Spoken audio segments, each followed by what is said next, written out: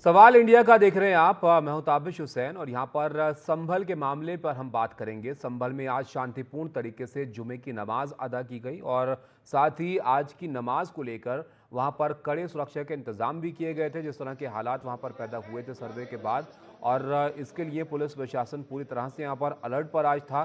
शहर के जो संवेदनशील इलाके हैं वहां पर मस्जिद के आसपास कड़ी सुरक्षा व्यवस्था यहां पर नमाज को देखते हुए की गई थी। जुमे की पीएससी और आरएएफ की 17 कंपनियां यहां पर तैनात की गई थीं और साथ ही लगातार ड्रोन और सीसीटीवी कैमरों से भी हर जगह पर यहां पर नजर रखी जा रही थी। मस्जिद में प्रवेश के दौरान लोगों की सुरक्षा जांच भी की गई और उसके बाद शांतिपूर्ण तरीके से जो जुमे की नमाज है वो यहां पर लोगों ने पढ़ी और शांति के साथ नमाज जो है वो अदा की।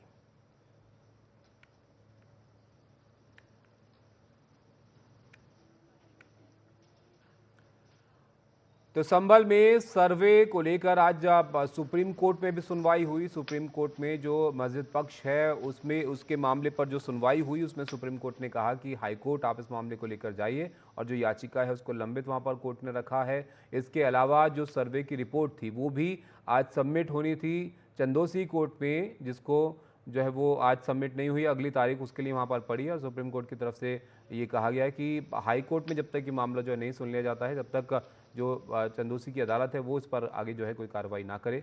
मुकेश हमारे सहयोगी हमारे साथ जुड़े हैं।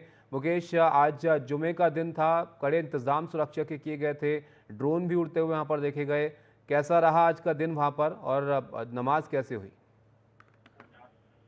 देखिए, जिस तरह से 24 नवंबर को हिंसा हुई थी उसके बाद आशंका थी कि जुमे की नमाज के वक्त यहाँ पर हिंसा हो सकती है। इसको देखते हुए आशंका थे कि जुमे की नमाज के वक्त यहाँ पर हिंसा हो सकती है। इसको देखते हुए जो संभल प्रशासन है उसने काफ़ी इंतजाम किए थे।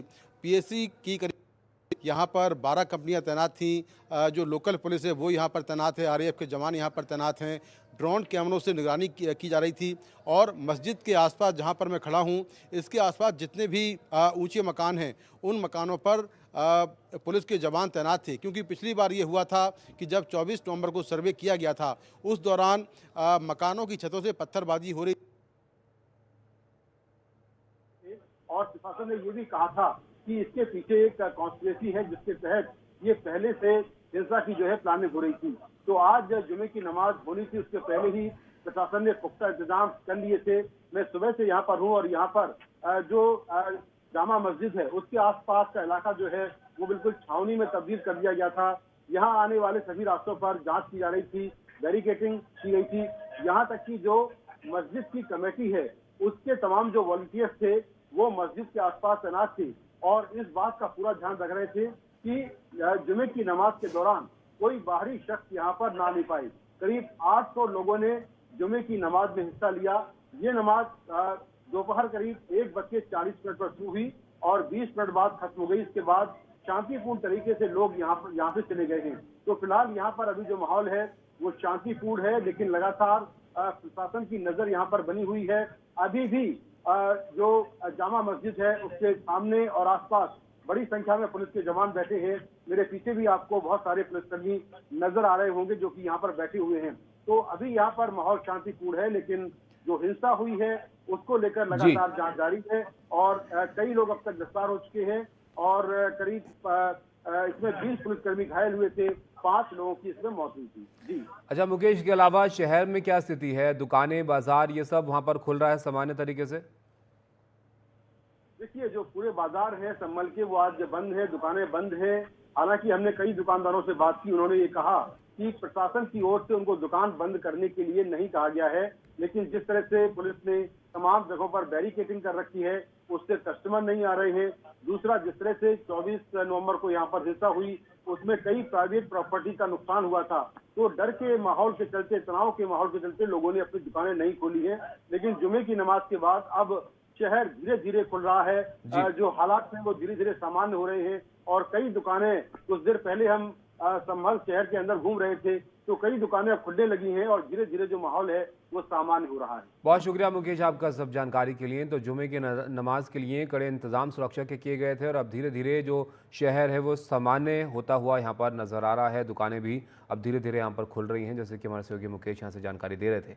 तो जुमे की नमाज आज यहाँ पर हुई, जिसके लिए सुरक्षा के ये पुख्ता इंतजाम जो थे उसमें आप देखिए जो नमाजी वहाँ पर पहुँचे थे जुमे की नमाज़ पढ़ने के लिए, उनसे हमारे सहयोगी मुकेश ने बात की है। उनका क्या कहना था वो भी आपको दिखाते हैं। संभल की शाही जामा मस्जिद में नमाज जो है वो ख़त्म हो गई है और तमाम जो नमाजी हैं वो निकलकर बाहर आ गए हैं। कुछ लोग मेरे साथ हैं, उनसे बात करते हैं।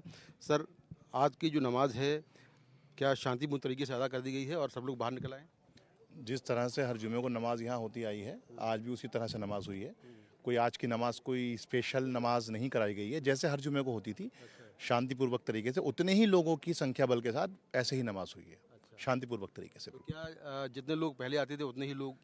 जी, जितने लोग हर जुमे को यहाँ उपस्थित रहते हैं उतने ही लोग आज हाजिर मस्जिद में रहे। कोई स्पेशल नहीं है कि ज़्यादा लोग आए हों, उतने ही लोग रहे। प्रशासन की ओर से आपसे क्या कहा गया था, क्या इंतजाम करें? प्रशासन ने शांति की अपील की थी और शांति की उस अपील को हमने इधर डाइवर्ट किया। शांति की अपील हमने लोगों से की और अभी भी हमारी यही अपील है कि शांति व्यवस्था बनाए रखें।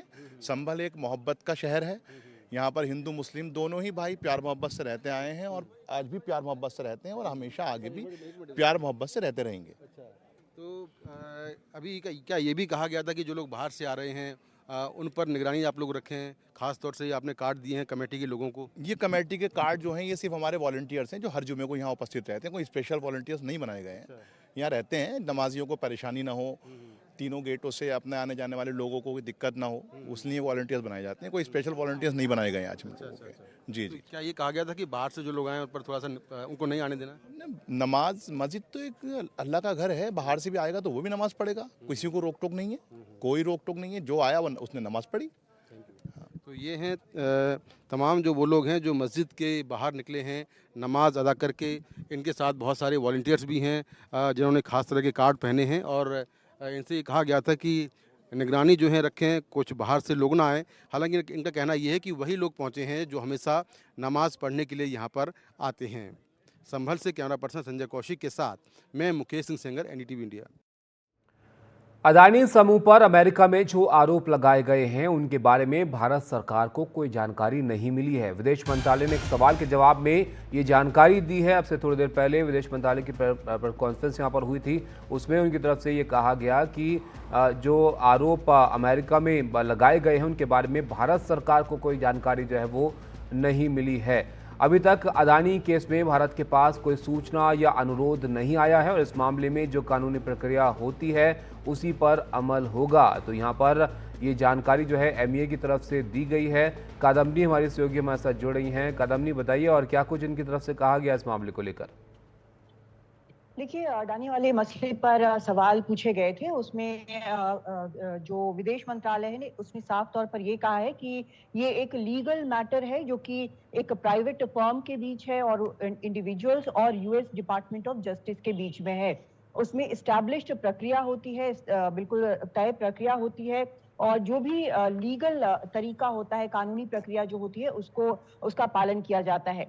सरकार को इसके बारे में, भारत सरकार को इसके बारे में कोई भी जानकारी पहले से नहीं दी गई थी। ये विदेश मंत्रालय ने साफ किया है। उन्होंने ये भी साफ किया है कि जो एक समन या अरेस्ट वारंट वगैरह जो आता है, जो म्यूचुअल लीगल असिस्टेंस दो देशों के बीच एक अग्रीमेंट होता है, उसका हिस्सा होता है और इस तरह का कोई रिक्वेस्ट जो है वो मेरिट्स पर देखा जाता है। और अभी तक अमेरिकी पक्ष की तरफ से ऐसी कोई रिक्वेस्ट भारत को नहीं दी गई है। तो यहाँ पर सवालों के जवाब में और यहाँ पर साफ किया है विदेश मंत्रालय ने कि ना तो भारत सरकार को जानकारी थी इस बारे में कोई भी और ना इस तरह का कोई रिक्वेस्ट अभी तक आया है।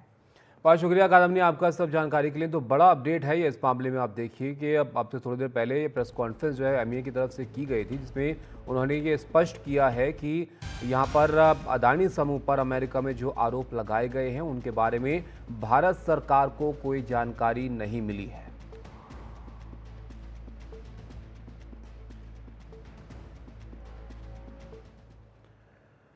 संभल मामले में सुप्रीम कोर्ट ने शाही ईदगाह मस्जिद प्रबंधन समिति को निचली अदालत के आदेश के खिलाफ हाईकोर्ट जाने को कहा है। सुप्रीम कोर्ट शाही जामा मस्जिद की उस याचिका पर सुनवाई कर रहा था जिसमें निचली अदालत के सर्वे के आदेश पर तुरंत रोक लगाने की मांग की गई है। चीफ जस्टिस संजीव खन्ना ने कहा कि जब तक वो हाईकोर्ट नहीं जाते हैं हम नहीं चाहते कि कुछ हो। निचली अदालत अपने आदेश पर अमल नहीं करेगी। सीजेआई ने कहा कि हम इस केस को इसलिए ले रहे हैं ताकि सौहार्द यहां पर बना रहे। फिलहाल इस मामले में निचली अदालत कोई कार्रवाई ना करे।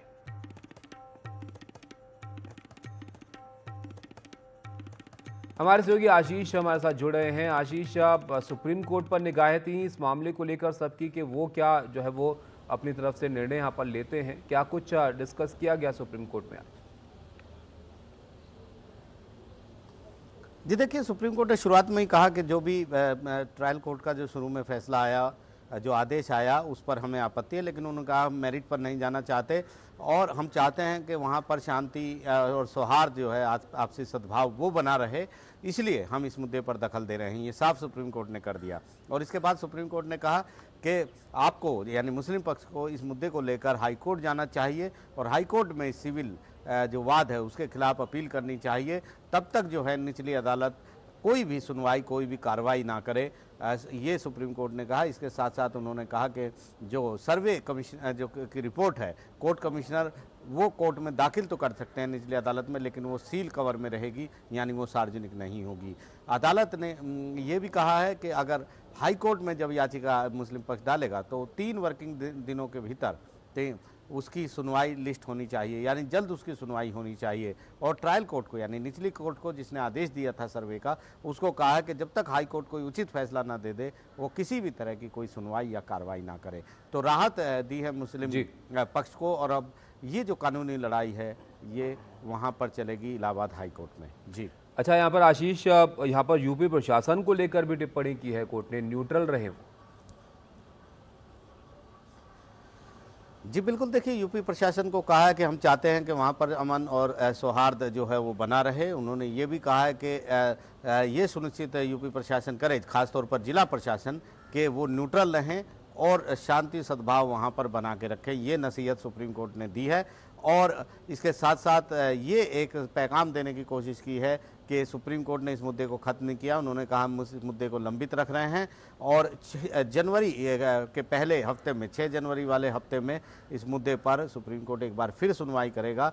सुप्रीम कोर्ट ने कहा हम मेरिट पर इस पर कुछ नहीं कहना चाहते, इस मामले को हम लंबित रखेंगे, यानी वो इस केस पर नज़र भी रखेगा और निगरानी भी करेगा। बहुत शुक्रिया आशीष आपका विस्तार से बताने के लिए। तो सुप्रीम कोर्ट में मामला जो है आज सुना गया, जहां पर सुप्रीम कोर्ट की तरफ से इलाहाबाद हाई कोर्ट जाने के लिए जो है वो कहा गया शाही ईदगाह मस्जिद प्रबंधन समिति को, और निचली अदालत के आदेश के खिलाफ हाई कोर्ट जाने के लिए कहा सुप्रीम कोर्ट ने।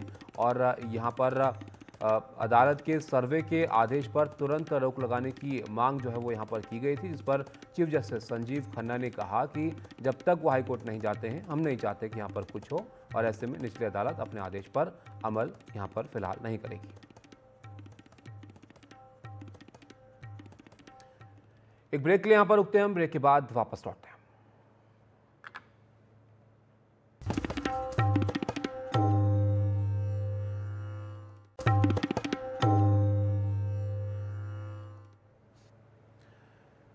अब बात बेंगलुरु से खबर की करते हैं। यहां पर लड़की की हत्या के आरोप में एक गिरफ्तार लड़के के दोस्त पर ही हत्या का आरोप है। आरोपी अरव को गिरफ्तार किया गया है। सर्विस अपार्टमेंट में लड़की का शव मिला था।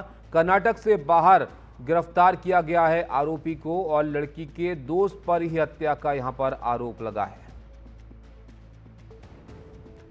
तो जो आरोपी है अरव, इसकी गिरफ्तारी की गई है और सर्विस अपार्टमेंट में आपको बता दें लड़की का शव मिला था, जिसके मामले में यहां पर लड़की के दोस्त पर ही हत्या का आरोप लगा है और आरोपी अरव को यहां पर पुलिस ने गिरफ्तार किया है। हमारे सहयोगी हमारे साथ जुड़ रहे हैं इस पर और जानकारी के लिए। नेहाल बताइए इस मामले के बारे में।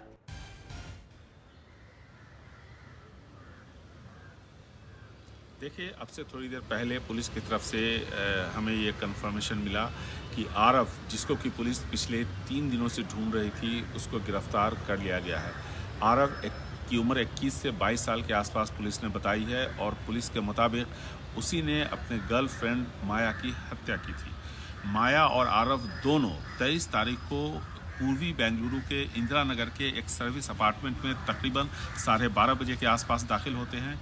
3 दिनों के बाद यानी 26 तारीख को 8:30 बजे आरव वहाँ से निकल के चला जाता है और इसके बाद दुर्गंध आती है कमरे से। पुलिस को खबर दी जाती है, जहाँ से 19 से 20 साल की उम्र बताई जा रही है माया की, जिसका कि शव मिलता है। और जब पुलिस ने उस अपार्टमेंट की तलाशी ली, उस कमरे की तलाशी ली, तो कई जगहों पर खून के निशान थे और काफ़ी वार किया गया था छुरे से माया के शरीर पे। और पुलिस को वहाँ पर एक पैकेट भी मिलता है, जिससे पता चलता है कि एक ऑनलाइन शॉपिंग पोर्टल से तकरीबन 2 मीटर के आसपास की रस्सी आरव ने मंगवाई, जो कि उसी रूम में उसकी डिलीवरी की गई सर्विस अपार्टमेंट में, और आरव अपने साथ छुरी पहले से लेकर के आया था और जिससे उसने हत्या की। इन सब से पुलिस को ऐसा लगता है कि पहले सोची समझी साजिश के तहत उसने अपने गर्लफ्रेंड की हत्या की है। ये दोनों तकरीबन 6 से 8 महीने पहले मिले थे और दोनों ही स्टूडेंट्स काउंसलर थे। अभी तक पुलिस ने हत्या की वजह नहीं बताई है और किन परिस्थितियों में आरव ने हत्या की ये भी नहीं बताई है, क्योंकि एक सामान्य शख्स अगर किसी की हत्या करता है और 2 दिनों तक उस शख्स के साथ रहता है, तब तक रहता है जब तक वहाँ से दुर्गंध आती है, तो ऐसे में उस शख्स के मानसिक स्थिति पर सवाल उठना लाजमी है। यहाँ भी सवाल उठ रहे हैं। तो अब पुलिस का कहना है कि थोड़ी देर बाद अभी पूछताछ चल रही है, तस्वीर साफ होगी और उसका पुलिस आपसे थोड़ी देर बाद इस बारे में और जानकारी देगी। लेकिन हमें जो जानकारी मिल रही है इसके बारे में पहले मैं बता दूं कि पुलिस ने इस बारे में अभी आधिकारिक तौर पर कुछ नहीं कहा है। वो ये था कि आरव से माया अलग रहना चाहती थी, आरव इसके लिए तैयार नहीं था। कई बार आरव ने उसको समझाया, जब ऐसा नहीं हुआ तो आरव ने उसकी हत्या करने की सोची और इसीलिए पूर्वी बेंगलुरु के इंदिरा नगर के एक सर्विस अपार्टमेंट में गया और वहाँ उसने उसकी हत्या कर दी। लेकिन हमें इंतजार है पुलिस के आधिकारिक बयान का। थोड़ी देर बाद तस्वीर बिल्कुल साफ हो जाएगी। बहुत शुक्रिया निहाल आपका सब जानकारी के लिए। तो थोड़ी देर बाद पुलिस इस पर और विस्तार से जानकारी देगी, तो और ये मोटिव भी सामने यहाँ पर आएगा कि किन परिस्थितियों में हत्या जो है यहाँ पर की गई। लेकिन बड़ा अपडेट है इस मामले में, जो ये लड़की की हत्या यहाँ पर हुई थी, इसके आरोप में ये गिरफ्तारी हुई है और लड़की के दोस्त पर यहाँ पर हत्या का आरोप है, जिसका नाम आरव है, जिसकी तलाश पुलिस कर रही थी। इसकी अब गिरफ्तारी यहाँ पर की गई है।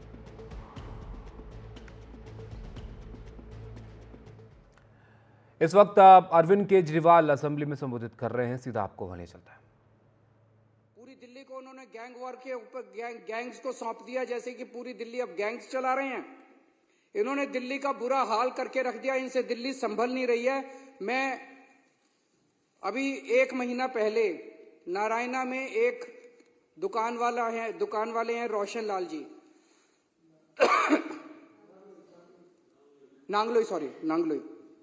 नांगलोई में एक दुकान वाले हैं रोशन लाल जी। उन्होंने 8 बजे सवेरे दुकान खोली और 9:15 बजे 2 मोटरसाइकिल पे सवार आए और उनकी दुकान के ऊपर उन्होंने अंधाधुंध गोलियां फायरिंग करनी चालू कर दी। मैं उनसे मिलने के लिए गया परसों। इन्होंने बीजेपी वालों ने मेरे को वहां जाने नहीं दिया, इन्होंने मेरे को रास्ते में रोक लिया। मैं अमित शाह जी से कहना चाहता हूं, केजरीवाल को मत रोको, क्राइम को रोको, अपराध को रोको। मेरे को रोकने की क्यों जरूरत पड़ी? इसलिए जरूरत पड़ी क्योंकि ये छुपाना चाहते हैं, ये अपराध छुपाना चाहते हैं, ये क्राइम छुपाना चाहते हैं। अगर इन्होंने सही काम किया होता, क्या जरूरत थी मेरे को रोकने की? आज इन्होंने पूरी दुनिया के अंदर, आज दिल्ली को गैंगस्टर कैपिटल के नाम से जाना जाता है पूरी दुनिया के अंदर। कौन आएगा दिल्ली के अंदर अगर इस तरह से पूरे दिल्ली के अंदर गैंगस्टर खुलेआम घूमेंगे? और ये उनके घर के कुछ, अमित शाह जी के घर के चंद किलोमीटर के दायरे में हो रहा है, 20 से 30 किलोमीटर के दायरे के अंदर हो रहा है। गोविंदपुरी में 23 नवंबर को पुलिस कांस्टेबल किरण पाल, 28 साल का किरण पाल था, उसकी चाकू गोद के हत्या कर दी गई अमित शाह जी के घर से 13 किलोमीटर की दूरी पे। 31 अक्टूबर को फर्श बाजार में गैंग वॉर हुआ, जिसमें 2 लोग मारे गए शूटिंग में, 14.5 किलोमीटर अमित शाह जी के घर से दूरी पे। 21 अक्टूबर को करोल बाग में एक महिला को किडनैप करके उसका बलात्कार कर दिया गया, मात्र 9 किलोमीटर की दूरी अमित शाह जी के घर से। आज हर बिजनेसमैन और हर महिला डरे हुए हैं। बिजनेसमैन के साथ मॉडस ऑपरेंडी है कि पहले उसके पास कॉल आती है, उसको कहा जाता है इतने पैसे यहां पहुंचा दे, और खबरदार, ये जो मैं बता रहा हूं ये तो वो सारे आंकड़े हैं जो पुलिस के रिकॉर्ड में हैं। इससे 3-4 गुना आंकड़े तो वो होंगे जो पुलिस को बताए ही नहीं बिजनेसमैन ने। किसके पास कॉल आती है और उसको कहा जाता है इतने करोड़ रुपए वहां पहुंचा दे और पुलिस को मत बताइए, खबरदार जो पुलिस को बताया तो तेरे फलाने को मार देंगे। आधे से ज्यादा लोग तो बताते ही नहीं है। और फिर अगर वो पैसे ना पहुंचाए तो अगले दिन उसकी दुकान के ऊपर कोई फायरिंग करने पहुंच जाता है। पूरे दिल्ली के अंदर एक ऐसी साइकिल बन गई है, बिजनेसमैन बिजनेस छोड़ के दिल्ली के बाहर जा रहे हैं, बच्चे बेरोजगार हो रहे हैं, और जो बच्चे बेरोजगार हो रहे हैं वो अब इन शूटरों और गैंगस्टर्स के साथ ज्वाइन करते जा रहे हैं। 17 साल। तो अरविंद केजरीवाल को आप यहां पर देख रहे हैं, जो दिल्ली की कानून व्यवस्था को लेकर सवाल खड़े कर रहे हैं, और उनका कहना है कि दिल्ली की कानून व्यवस्था बेहद खराब हुई है और यहां पर दिल्ली को गैंगस्टर कैपिटल के नाम से अब जाने जाना लगा है। जिस तरह की वारदातें लगातार यहां पर जो है वो हो रही हैं। आगे बढ़ते हैं और अब बात मुंबई की करते हैं, महाराष्ट्र की करते हैं। महाराष्ट्र में नई सरकार के गठन को लेकर लगातार जो है वो बैठकें हुई हैं, लेकिन अब भी लग रहा है काफ़ी वक्त अब और लग सकता है इसमें सब कुछ तय होने में। मुंबई में आज होने वाली महायुति की दोनों बैठकें रद्द हो गई हैं और इसके अलावा आज होने वाली शिवसेना विधायकों की बैठक भी रद्द कर दी गई है। आज होने वाली दोनों बैठकें 2 दिन बाद अब होने की खबर है। एकनाथ शिंदे बैठक रद्द करके अपने गाँव चले गए हैं और सूत्रों के हवाले से खबर है कि बीजेपी विधायक दल का नेता ही अभी तक चुना नहीं गया है, इसलिए एकनाथ शिंदे ने आज की बैठक रद्द कर दी है। बीजेपी के विधायक दल की बैठक का होने के बाद ही विभागों के बंटवारे पर चर्चा संभव है। इससे पहले कल मुख्यमंत्री के नाम को लेकर दिल्ली में गृह मंत्री अमित शाह के घर पर एक अहम बैठक हुई। बैठक में महायुति के तीनों नेता देवेंद्र फडणवीस, एकनाथ शिंदे और अजित पवार शामिल हुए। इनके अलावा मीटिंग में बीजेपी के राष्ट्रीय अध्यक्ष जेपी नड्डा मौजूद रहे और इसी के बाद मुंबई में विभागों के बंटवारे को लेकर ये अहम बैठक होनी थी।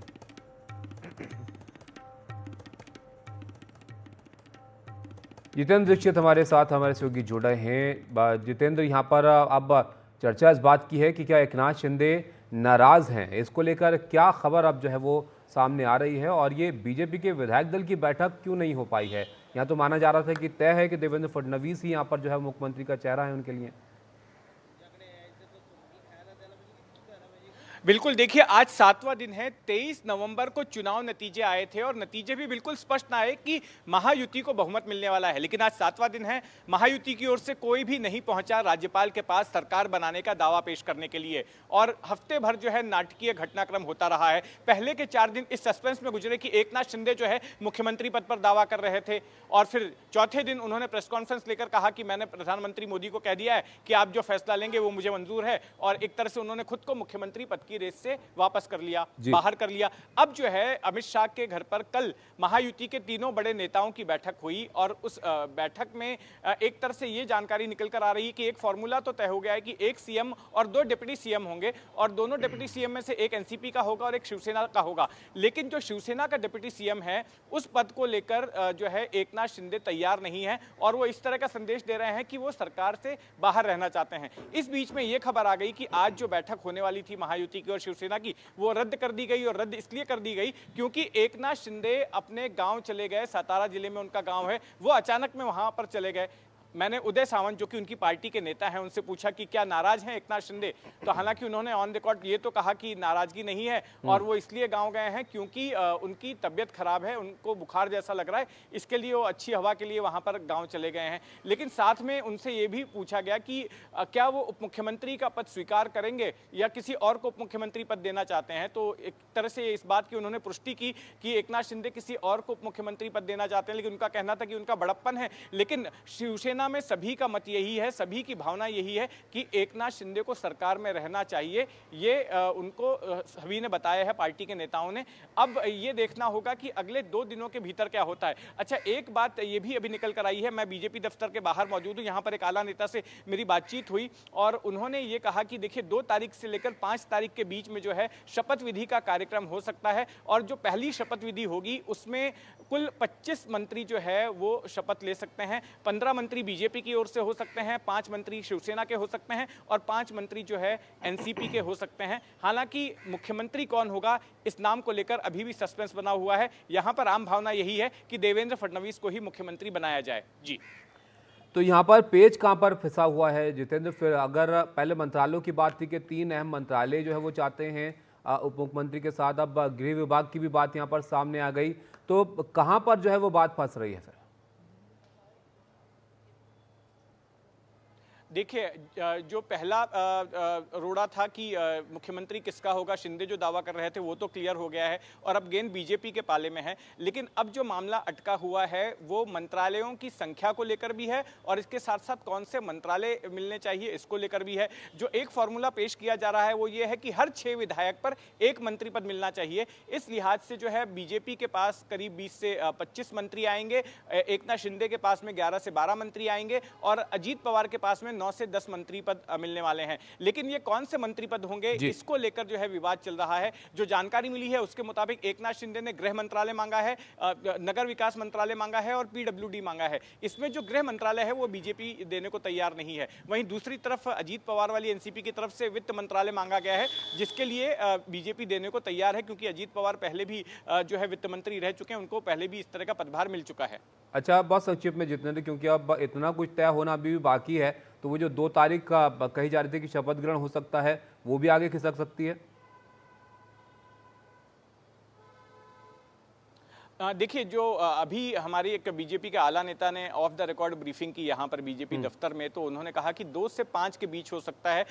क्योंकि शपथ विधि में प्रधानमंत्री और गृह मंत्री इन दोनों को भी बुलाया जाना है और 1 तारीख तक तो कम से कम प्रधानमंत्री एंगेज्ड हैं, वो डीजी कॉन्फ्रेंस के लिए उड़ीसा गए हुए हैं और उसके बाद आगे का कार्यक्रम जिस तरह का उनका सामने आएगा उसको देखते हुए शपथ विधि का कार्यक्रम तय किया जाएगा। लेकिन मैं आपको बता दूं, एक बहुत अहम प्रक्रिया जो है अभी बची रह गई है सरकार के फॉर्मेशन को लेकर, और वो ये है कि जो बीजेपी सबसे बड़ी पार्टी है महायुति में, उसने अब तक अपने विधायक दल का नेता ही नहीं चुना है। तो ये विधायक दल की बैठक कब होगी? ये कहा जा रहा है कि ये विधायक दल की बैठक जो है रविवार को या फिर सोमवार के दिन हो सकती है और ये तब होगी जब केंद्र से 2 बीजेपी के पर्यवेक्षक मुंबई पहुंचेंगे और उन्हीं के ऑब्जर्वेशन में ये विधायक दल की बैठक होने वाली है। और जो भी विधायक दल का नेता बीजेपी के विधायक दल की बैठक होनी है, उनके विधायक दल का नेता चुना जाना है, महायुति में तमाम चीजें तय होनी है, एकनाथ शिंदे की क्या भूमिका रहेगी, उनकी जो मांगे हैं वो मानी जाती हैं नहीं मानी जाती हैं। बहरहाल काफ़ी कुछ है अब यहाँ पर तय होने को। जितेंद्र, बहुत शुक्रिया आपका हमारे साथ जुड़ने के लिए, विस्तार से जानकारी जो है वो पहुँचाने के लिए दर्शकों तक। एक ब्रेक के लिए यहाँ पर रुकेंगे, ब्रेक के बाद वापस लौटते हैं।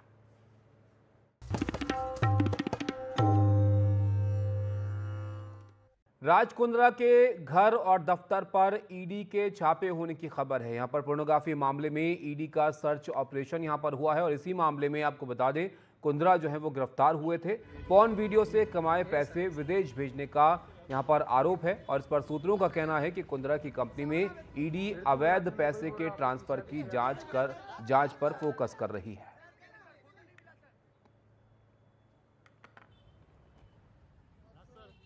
साल 2021 ये वो साल था जब शिल्पा शेट्टी के पति बिजनेसमैन राज कुंद्रा को मुंबई पुलिस ने एक मामले में अरेस्ट किया था। ये मामला था पोर्नोग्राफी का मामला। इस मामले में कई महीनों तक लगातार राज कुंद्रा जेल में रहे थे। इस मामले में इन्वेस्टिगेशन मुंबई पुलिस की प्रॉपर्टी सेल ने किया था। अब इस मामले में एक नया मोड़ सामने आया है, जहां पर ईडी ने पोर्नोग्राफी मामले में मनी लॉन्ड्रिंग की जांच शुरू की है। आज ईडी ने मुंबई समेत यूपी के 15 ठिकानों पर छापेमारी की है और इस पूरे पोर्नोग्राफी मामले में किस तरीके से मनी लॉन्ड्रिंग की जा रही थी कथित तौर पर, इसकी जानकारियां निकालना शुरू किया है। मुंबई के राज कुंद्रा के घर पे भी ईडी की टीम सुबह 6 बजे पहुंची थी और उन दस्तावेजों को खंगाला जा रहा है जिससे ये पता लग सकता है कि किस तरीके से मनी लॉन्ड्रिंग की जा रही थी। ईडी के सूत्र ये भी बताते हैं कि जो वीडियो से पैसे इकट्ठा होते थे वो पैसे कहीं विदेश में ट्रांसफ़र किए जा रहे थे और भारी मात्रा में इन पैसों को विदेशों में ट्रांसफ़र किया गया है। ऐसे में ईडी की जांच जो है वो लगातार चल रही है। ईडी के जो अधिकारी हैं वो राज कुंद्रा के घर पे हैं, वहीं अलग अलग जगहों पे मुंबई हो, राज कुंद्रा के जानने वाले हो, उनके बिजनेस पार्टनर्स हो सकते हैं, उनके घर पे भी ईडी पहुंची हुई हो सकती है। ऐसे में सबसे महत्वपूर्ण ये रहेगा कि ईडी जो है अपनी जांच को किस दिशा में आगे बढ़ाती है और मनी ट्रेल किस तरीके से ढूंढ निकालती है। मुंबई से कैमरामैन सचिन सावंत के साथ पारस दामा, एनडीटीवी इंडिया के लिए।